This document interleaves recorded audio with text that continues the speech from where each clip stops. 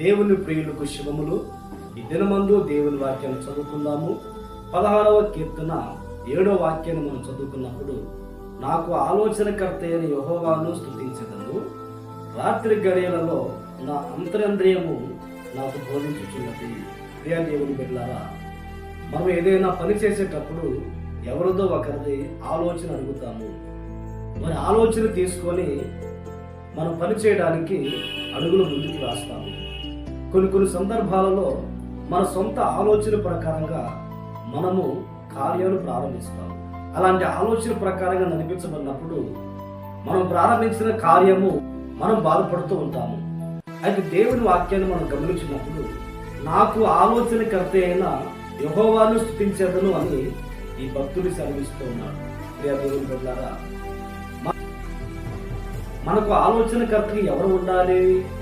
నాలో తోటి స్నేహితులను ఆలోచన అడుగుతారు, పెద్దవారిని ఆలోచన అడుగుతారు, తెలిసిన వారిని ఆలోచన అడుగుతారు, ఆత్మీయులను ఆలోచన అడుగుతారు, ఇరుగు పొరుగు వారిని ఆలోచన అడుగుతారు. అయితే దేవుని బిడ్డలమైన మనము ఎవరి ఆలోచన తీసుకోవాలి? ఈ కీర్తనకారుడు చెప్తున్న మాట, నాకు ఆలోచనకర్త అయిన యెహోవాను స్తుతించెదను. ఈ కీర్తనకారునికి ఆలోచనకర్త ఎవరు అంటే దేవుడు. దేవుడు ఎలా ఆలోచన చెప్తారు? మరి ఎలా చెప్తారు దేవుడు ఆలోచన?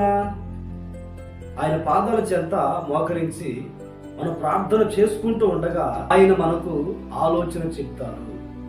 దేవుని వాక్యము చదువుతూ ఉండగా మనం ఏదైనా కార్యాన్ని ప్రారంభించాలి అనుకున్నప్పుడు, ఏదైనా పని చేయాలి అనుకున్నప్పుడు, ఏదైనా వ్యాపార విషయము కానీ, ఉద్యోగ విషయము కానీ, ఇంటర్వ్యూ విషయం కానీ ముందుకు వెళ్ళాలి అనుకున్నప్పుడు, దేవుని పాదాలు పట్టుకొని ప్రార్థించినప్పుడు ఆయన మనకు ఆలోచన చెప్తారు.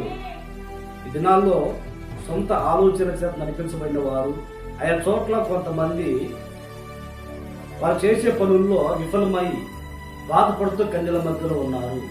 మనము దేవుని ఆలోచనకర్తగా పెట్టుకొని మనము ఆయన ఆలోచన అడిగినప్పుడు దేవుడు మనకి చక్కటి ఆలోచన చెప్తారు.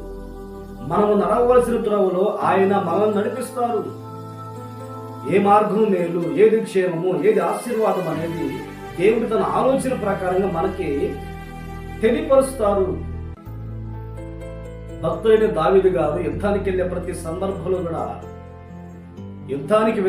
సందర్భంలో కూడా దేవుని పాదాలు పట్టుకొని దేవుని యొక్క విచారణ చేసి యుద్ధానికి వెళ్ళాలా లేదా, నేను ఏ మార్గంలో వెళ్ళాలి, ఎటువైపుగా వెళ్ళాలి, దేవుని దగ్గర ప్రార్థన చేసి ఆలోచన తీసుకుని వెళ్ళేవాడు. దేవుని ఆలోచనకర్తగా పెట్టుకొని దేవుని దగ్గర ఆలోచన అడిగేవాడు. అలాగనే దేవుడు కూడా ప్రతి విషయంలో దావీదుకి చక్కటి ఆలోచన చెప్పి తన ఆత్మీయ జీవితాన్ని కట్టుకునే విషయంలో, రాజ్యాన్ని కట్టుకునే విషయంలో దేవుని దగ్గర ఆలోచన పొందుకొని ఉన్నాడు కనుక దేవుని ద్వారా దీవించబడ్డారు.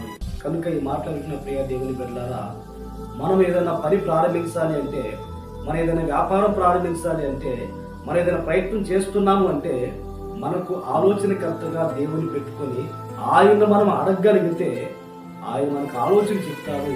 అది మన కుటుంబానికి ఎంతో ఆశీర్వాదం కలుగుతుంది, ఆత్మీయ జీవితానికి దీవెన కలుగుతుంది, పిల్లల భవిష్యత్తు క్షేమంగా ఉంటుంది, కుటుంబంలో సమాధానం ఉంటుంది, కుటుంబంలో నెమ్మది ఉంటుంది. కారణం ఏమిటంటే మనము దేవుణ్ణి ఆలోచన అడిగి నడిపించబడుతున్నాము కనుక. ప్రార్థన.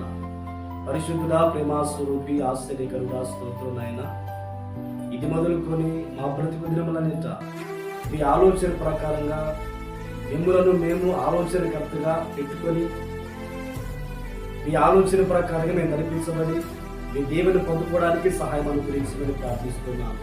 ఈ దినమంతా కృపాక్షేమాలు మాకు తోడుగా వచ్చి ఈ మాటలు విని ప్రార్థనలోకి వీడ్చిన ప్రతి వారిని ఆశీర్వదించి మహిమను పొందమని యేసు నామములో ప్రార్థించి అడిగి వేడుకుంటున్నాము తండ్రి.